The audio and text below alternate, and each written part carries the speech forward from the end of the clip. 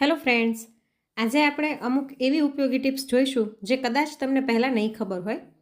તો સૌથી પહેલી ટીપ છે, આપણે ગમે ત્યારે બહારે જઈએ તો આવી રીતના મોટો થેલો કે પર્સ લઈને જતા હોઈએ છીએ. જેમ કે ડૉક્ટરને બતાવવા જવાનું હોય બાળકોને કે મોટાઓને, તો આવી રીતના પર્સમાં ફાઇલ રાખીને લઈ જતા હોઈએ છીએ. અને સાથે આપણે પાણીની બોટલ કે રૂમાલ લઈ જઈએ તો બોટલ પાણીની આની અંદર નાખીએ તો આવી રીતના આડી પડી જતી હોય છે. અને ઘણી વખત જો બોટલ લીક થતી હોય તો એના કારણે ફાઇલો પણ ભીની થઈ જતી હોય છે. મારી સાથે એક વખત આવું થયું હતું, એટલે મને એમ થયું કે ચલો આઈડિયા તમારી સાથે શેર કરું. અહીં મેં એક રબર બેન્ડ લઈ લીધું છે અને એક સેફ્ટી પિન લઈ લીધી છે. રબર બેન્ડ બહુ ઢીલું હોય તેવું નહીં લેવાનું, થોડુંક ફિટ હોય ટાઈટ હોય તેવું લેવાનું. તેની અંદર આપણે સેફ્ટી પિન ભરાવી દઈએ અને હવે થેલો અથવા તો પર્સ હોય તેમાં ઉપરની બાજુ આપણે લગાડવાનું છે. બહુ ઉપર નહીં, ઉપરથી આપણે 7-8 સેન્ટીમીટર મૂકી અને પછી આવી રીતના સેફ્ટી પિન ભરાવીશું. હું તમને ફાઇલ કાઢીને પછી વ્યવસ્થિત બતાવું. તો આવી રીતના તમે પર્સમાં કે થેલામાં ગમે તે આવી રીતના લગાડી શકો છો. ઇવન તમે બહારગામ જતા હોય અને 5-6 જોડી કપડાં ભર્યા હોય અને સાથે બોટલ લેવી હોય તો પણ આ ઉપયોગમાં આવશે. તો આવી રીતના રબર ભરાવી અને હવે પાણીની બોટલ ભરી અને આવી રીતના રબર બોટલને પહેરાવી દઈશું.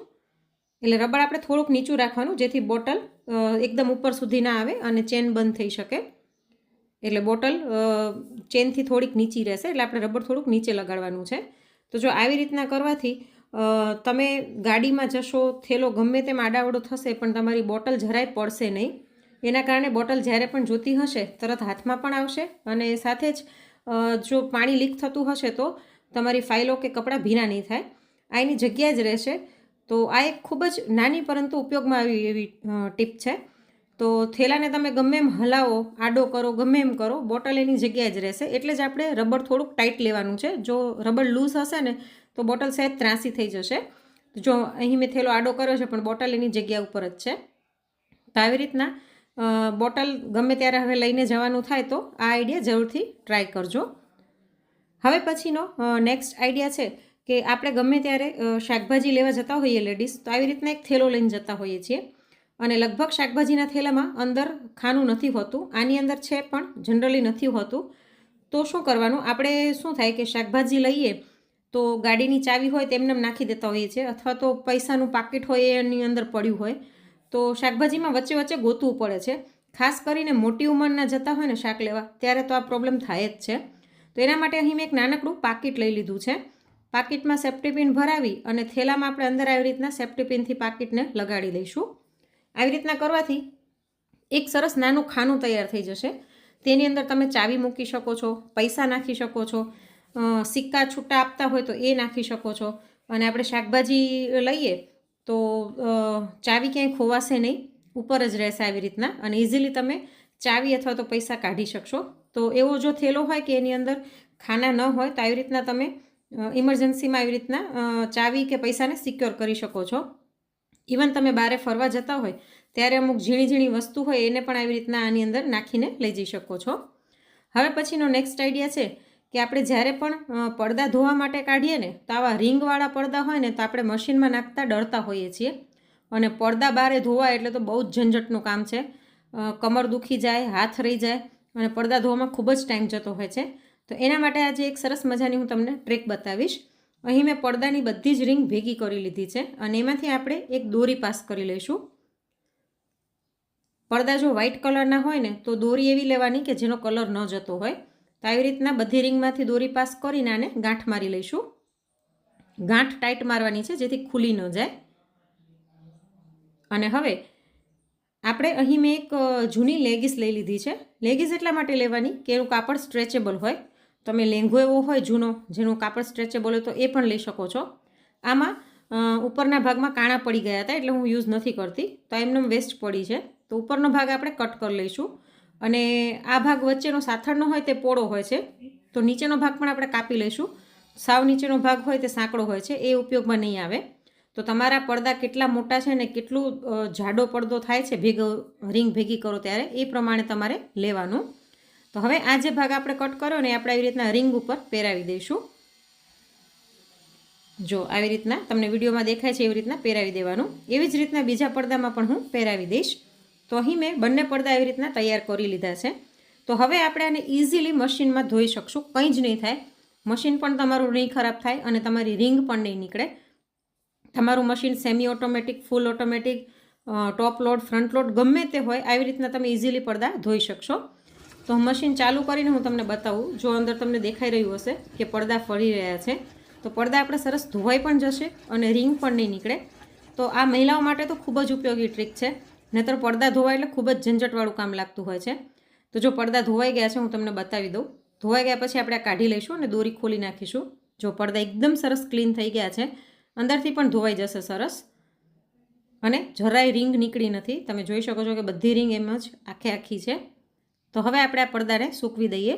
તો હવે નેક્સ્ટ ટાઈમ તમારે ક્યારે પણ પડદા ધોવા હોય ને, તો આ ટ્રીક જરૂરથી ટ્રાય કરજો.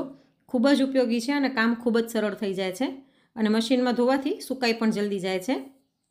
હવે પછીની નેક્સ્ટ ટીપ છે કે હમણાં થોડોક જ ટાઈમ પછી ફરીવાર લગ્નની સિઝન શરૂ થઈ જશે. તો મેરેજમાં આપણે આવી રીતના ભારી પલ્લુવાળી સાડીઓ પહેરતા હોઈએ છીએ. તો એકદમ હેવી બોર્ડર હોય ને, એના કારણે આપણે જ્યારે પણ સેફ્ટી પિન ભરાવીએ ને તો ખૂબ જ તકલીફ થતી હોય છે. ઉપર પણ જાડો પટ્ટો આવે અને નીચે પણ વર્કવાળો જાડો પટ્ટો આવે છે. અને એમાં જો બ્લાઉઝમાં પણ વર્ક હોય તો આની અંદર સેફ્ટી પિન લગાડવું ખૂબ જ મુશ્કેલનું કામ થઈ જાય છે. ગમે એવડી મોટી સેફ્ટી પિન લઈએ ને તો પણ ઇઝીલી આપણે નાખી નથી શકતા અને ઘણી વખત એવું થાય કે સેફ્ટી પિન વળી જાય, એનો શેપ વિખાઈ જતો હોય છે. તો એના માટે આજે હું એક ટ્રીક બતાવીશ. આપણે એક સાબુનો ટુકડો લઈ લઈએ.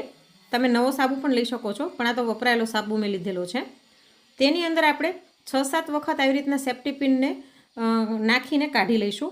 આવી રીતના કરવાથી સેફ્ટી પિન ઉપર એક સરસ કોટિંગ આવી જશે અને તેના કારણે ઇઝીલી સેફ્ટી પિન આપણે અંદર નાખી શકીશું. જો એકદમ સરળતાથી ભરાવાઈ ગઈ છે અને સાથે જ સેફ્ટી પિનનો શેપ પણ નહીં વિખાય, વળી નહીં જાય, આવીને આવી રહેશે. તો મહિલાઓ માટે ખૂબ જ ઉપયોગી ટીપ છે કે આવી રીતના હેવી બોર્ડરવાળી સાડી પહેરો તો આ ટ્રીક અપનાવજો. હવે પછીની નેક્સ્ટ ટીપ છે, એ પણ સાડીને લઈને છે.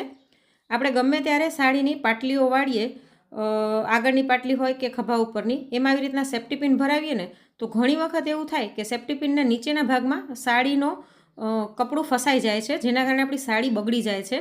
તો હેવી સાડી હોય તો ખૂબ જ ખરાબ લાગે છે. તો એના માટે એક ટ્રીક છે. આપણે સેફ્ટી પિનમાં આવી રીતના એક નાનકડું મોતી ભરાવી દઈશું અને પછી આને આવી રીતના કરીશું તો તમારી સાડી જરાય ખરાબ નહીં થાય. સાડીનો કપડું છે તે જરાય સેફ્ટી પિનમાં જશે નહીં. તો આ પણ એક ઉપયોગમાં આવે એવી ટીપ છે. હવે પછીની નેક્સ્ટ ટીપ છે કે કાપડમાં ગમે ત્યારે આવી રીતના જો ચીગમ ચોંટી જાય ને તો એને કાઢવી કઈ રીતના. જો આપણે ખેંચીએ તો અડધી ચીગમ નીકળે, અડધી ચોંટેલી રહી જાય, એવું થઈ જતું હોય છે. તો એને કાઢવા માટેની એક ટ્રીક બતાવું. ચીગમને ખેંચવાની નહીં, એક બરફનો ટુકડો લઈ અને ચીગમની ઉપર આપણે આવી રીતના ફેરવી લઈશું. ગમે એ કાપડ હોય, ચીગમમાં ઉપર આવી રીતના બરફનો ટુકડો ફેરવવાનો ચીગમની ઉપર અને સાઈડમાં બધે થોડીક વાર ફેરવીશું અને 1-8 મિનિટ માટે આની ઉપર રહેવા દઈશું. તો 1-8 મિનિટ પછી ચીગમ સરળતાથી નીકળી જશે, આખી ઉખડી જશે, જરાય કપડામાં નહીં ચોંટે. જો હું તમને કાઢીને બતાવું, જો ઇઝીલી ચીગમ નીકળી ગઈ છે.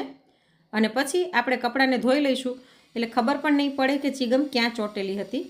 જો એકદમ સરસ ક્લીન થઈ ગયું છે. હું તમને બતાવું કે જરાય ખબર નથી પડતી કે ચીગમ ક્યાં ચોંટી હતી. હવે પછીની નેક્સ્ટ ટીપ છે જૂના ટી શર્ટને લઈને. આવી રીતના મોટી સાઇઝના જૂના ટી શર્ટ હોય ને, જે કલર ડલ થઈ ગયો હોય અથવા તો ઝીણા કાણા થઈ ગયા હોય, જો આમાં ઝીણા કાણા થઈ ગયા છે તો આપણે આને ફેંકી દેતા હોઈએ છીએ. તો ફેંકવાને બદલે આનો એક સરસ મજાનો તમને ઉપયોગ બતાવું. આપણે માળિયામાં સૂટકેસ રાખતા હોઈએ છીએ તો એમાં ધૂળ લાગી જતી હોય છે. માળિયા પેક હોય તો પણ ધૂળ ચડી જતી હોય છે.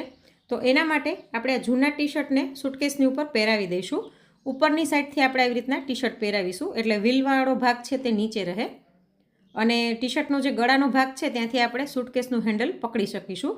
તો આવી રીતના ઇઝીલી તમે સૂટકેસનું કવર બનાવી શકો છો અને નીચેના ભાગમાં ટી શર્ટ આવી રીતના ભેગા કરી ટી શર્ટના છેડા અને એમનેમ તમે ગ્લુગનથી ચોંટાડી શકો છો અથવા તો સ્ટેપલર મારી શકો છો. હું અહીં રફલી મોટા ટાંકા લઈ રહી છું કેમ કે સૂટકેસનો ઉપયોગ ખબર છે કે હવે થવાનો જ નથી. તો જ્યારે પાછો ઉપયોગ કરવાનો હોય તો મોટા ટાંકા લીધેલા હોય તો ઇઝીલી આપણે તોડી પણ શકીએ છીએ. તો આવી રીતના કરવાથી સૂટકેસ તમારી જરાય ધૂળવાળી નહીં થાય. તમે ઉપર પણ આવી રીતના સહેજ રફલી ટાંકા લઈ શકો છો, પણ હું અત્યારે ઉપરનો ભાગ હેન્ડલનો ખુલ્લો જ રાખું છું અને સાઈડમાં જે આ સ્લીવ છે એને આપણે અંદરની બાજુ આવી રીતના દબાવી દઈશું.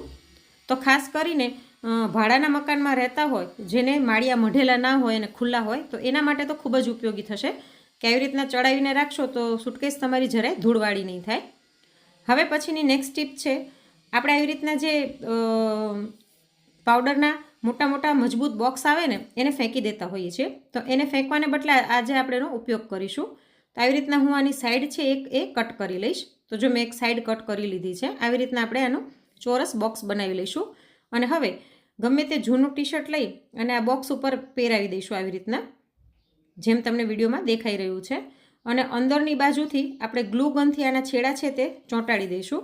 તમારી પાસે ગ્લુ ગન ન હોય તો તમે મોટા મોટા ટાંકા પણ લઈ શકો છો, અથવા તો એમનેમ પણ રાખશો ને તો પણ વાંધો નહીં આવે. તો આવી રીતના ચોંટાડી દઈએ. અને એવી જ રીતના નીચેની બાજુ પણ મેં ટી શર્ટના છેડા છે તે ચોંટાડી દીધા છે ગ્લુ ગનથી.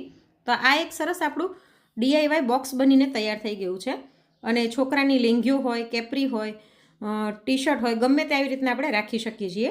અને કબાટમાં રાખશું તો કબાટ સરસ આપણું ઓર્ગનાઇઝ લાગશે. તો જો અહીં મેં ઘણા બધા આવી રીતના બોક્સ બનાવીને રાખ્યા છે, તો કબાટ એકદમ સરસ ગોઠવાયેલું લાગે છે. તો આજની આ બધી જ ટિપ્સમાંથી તમને કઈ ટિપ્સ સૌથી વધારે ગમી તે કોમેન્ટ કરીને જરૂરથી જણાવજો. અને જો વિડીયો ગમ્યો હોય તો લાઇક કરીને વધુમાં વધુ શેર પણ કરજો. અને આવા જ અવનવા વિડીયો જોવા માટે ચેનલને સબસ્ક્રાઈબ કરવાનું ના ભૂલશો. Thanks for watching.